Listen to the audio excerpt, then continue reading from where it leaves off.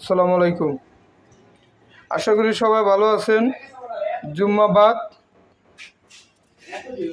সামনে আসর নামাজ পড়ব, তো এর আগে খিচুড়িটা পার্সেল করতেছি। তা আশা করি আজকে 70টা পার্সেল আছে।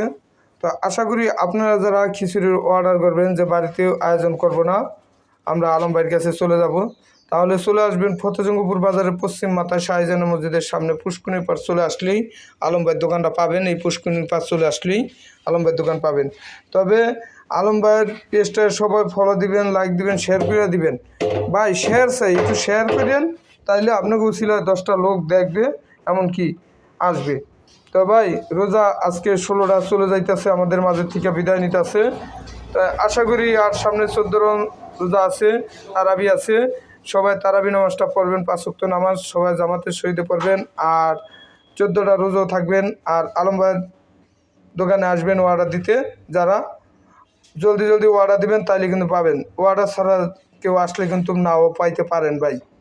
ঠিক আছে, সবাই ভালো থাকবেন, সুস্থ থাকবেন। আসসালামু আলাইকুম।